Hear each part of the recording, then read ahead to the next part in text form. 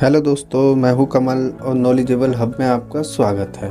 तो दोस्तों, आज हम एक ऐसे मुद्दे पर बात करने वाले हैं जो कि हमारे देश में समय समय पर उठता रहा है। और ये कोई ऐसा मुद्दा नहीं है जो केवल राजनीति या फिर न्यूज़पेपर की हेडलाइन है, बल्कि यह एक ऐसा मुद्दा है जिसके सहारे हमारे देश में हजारों लोगों की जान गई थी और साथ ही इस मुद्दे को आज के समय में भी उठाया जा रहा है। तो दोस्तों, आज हम बात करने वाले हैं खालिस्तान के बारे में कि खालिस्तान मूवमेंट क्या है, और साथ ही हम बात करेंगे कि सिख कम्युनिटी के लोगों की कौन सी डिमांड थी जो कि नेहरू ने नहीं मांगी, जिसके तहत इन सिख कम्युनिटी के लोगों ने खालिस्तान मूवमेंट को इतना ज़्यादा बढ़ा दिया। और इसके साथ ही हम देखेंगे कि जर्नैल सिंह भिंडरावाला की इन सारी सिचुएशन के अंदर क्या भूमिका रही थी, और साथ ही हम समझेंगे कि ऑपरेशन ब्लू स्टार क्या था, और साथ ही हम यह भी समझेंगे कि 26 जनवरी के प्रोग्राम पर ट्रैक्टर रैली के सहारे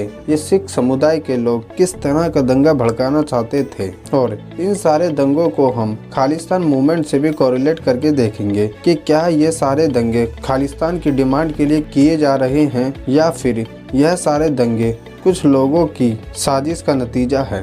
तो दोस्तों, इस टॉपिक को हम डिटेल में डिस्कस करेंगे और इसी कारण आज की यह वीडियो लंबी होने वाली है। मैंने इस वीडियो को 3 पार्ट में पूरा किया है, तो अब वीडियो को शुरू करते हैं। तो दोस्तों, खालिस्तान का मतलब है लैंड ऑफ प्योर, और यह मांग थी पंजाब के लोगों की। पंजाब के लोगों की मांग थी कि उनके लिए एक अलग देश का निर्माण किया जाए जहां पर केवल सिख समुदाय के लोग रहें। और इसकी शुरुआत आज नहीं हुई है, इसकी नींव तो 19 दिसंबर सन 1929 में ही रख दी गई थी। 19 दिसंबर सन 1929 में जब नेहरू ने पूर्ण स्वराज का मुद्दा सबके सामने प्रस्तुत किया, तो इस मुद्दे को 3 समुदाय के लोगों ने मानने से मना कर दिया। इन समुदाय के लोगों के अंदर सबसे पहले थे मोहम्मद अली जिन्ना। मोहम्मद अली जिन्ना की मांग थी कि एक मुस्लिम समुदाय के लोगों का अलग देश बनाया जाए जहां पर केवल मुस्लिम समुदाय के लोगों को ही रहने की अनुमति दिया जाए। दूसरे थे बाबा साहेब अम्बेडकर। बाबा साहेब अम्बेडकर की मांग थी कि बहुजन समाज के लोगों को समाज में एक विशेष अधिकार दिया जाए ताकि वह समाज के दूसरे लोगों के बराबर अपने जीवन को व्यतीत कर सके और समाज के बाकी लोगों के साथ रहकर एक अच्छे देश का निर्माण किया जा सके। और तीसरा समुदाय था अकालीज, जिसको लीड कर रहे थे मास्टर तारा सिंह। अकालीज का कहना था कि सिख समुदाय के लिए एक अलग देश बनाना चाहिए जहां पर केवल सिख समुदाय के लोग रहें और वहां पर और कोई समुदाय के लोग ना रहें। और यहीं से खालिस्तान की नींव रख दी गई थी। और जब हमारा देश आज़ाद हुआ तब मोहम्मद अली जिन्ना की बात को मानते हुए हिंदुस्तान का बंटवारा किया गया, जिसमें से हमारा देश और पाकिस्तान देश का निर्माण हुआ। पाकिस्तान के अंदर मूल रूप से मुसलमान लोग रहते हैं। और साथ ही नेहरू ने बाबा साहेब अम्बेडकर की बात को भी मान लिया और बहुजन समाज के लोगों को विशेष अधिकार दिए गए, लेकिन उन्होंने अकालीज दल के लोगों की बात को नहीं सुना और उनकी मांग को ठुकरा दिया। और यहीं से अकालीज यानी कि पंजाबी लोगों के अंदर एक हीन भावना जाग गई और यहीं से वह अलग राज्य के निर्माण की मांग करने लगे। और साथ ही उनका मानना था कि एक अलग देश का निर्माण होना चाहिए जहां पर मुख्य रूप से पंजाबी बोलने वाले लोग रहने चाहिए जो सिख धर्म को मानते हो। अब बात करते हैं आज़ादी के बाद की।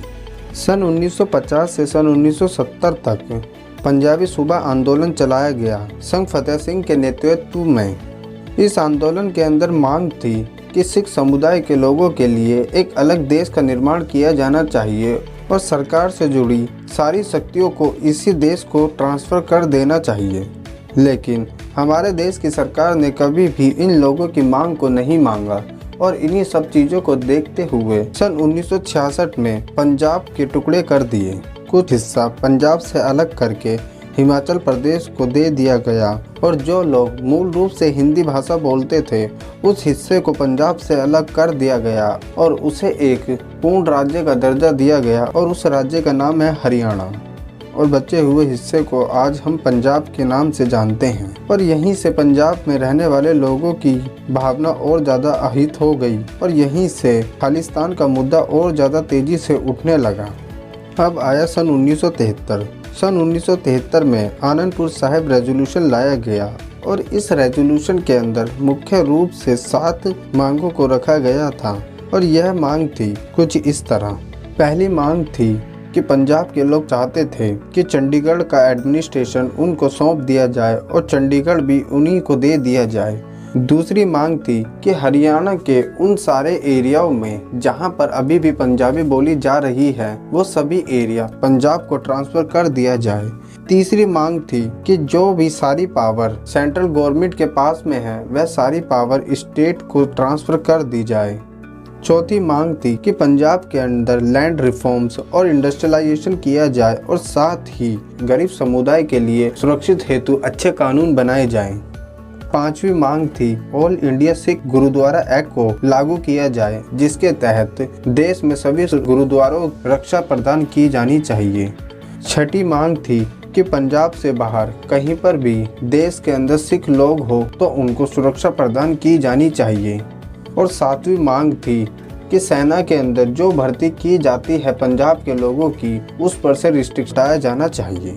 आज के समय में हमारे देश में सिख रेजिमेंट है, उस रेजिमेंट पर एक लिमिटेड नंबर ऑफ सिख लोगों को ही भर्ती किया जाता है। इस मांग के अनुसार इस रिस्ट्रिक्शन को हटाया जाना चाहिए, लेकिन यह सारी मांग केंद्रीय सरकार के द्वारा ठुकरा दी गई। और इसके बाद ही हमारे देश में सन 1975 में इमरजेंसी का दौर आ गया और उस दौरान सारे स्टेटों से उनकी पावर को छीन लिया गया और देश में इमरजेंसी लगा दी गई और इसके साथ ही आनंदपुर साहिब रेजोल्यूशन को भी भुला दिया गया। और जब 1977 में इमरजेंसी को हटाया गया तो देश में दोबारा से चुनाव करे गए और उन चुनाव के अंदर कांग्रेस सरकार की हार हुई और पंजाब के अंदर अकाली दल की सरकार बनी।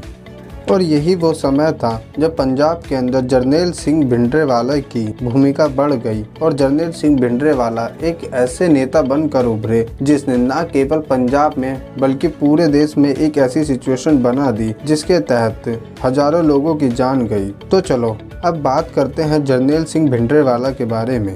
तो दोस्तों इस टॉपिक का पहला पार्ट यहीं ख़त्म होता है और इस टॉपिक को और अच्छे से जानने के लिए इस टॉपिक का दूसरा पार्ट जरूर देखें और उसका लिंक मैं डिस्क्रिप्शन में भी दे दूंगा।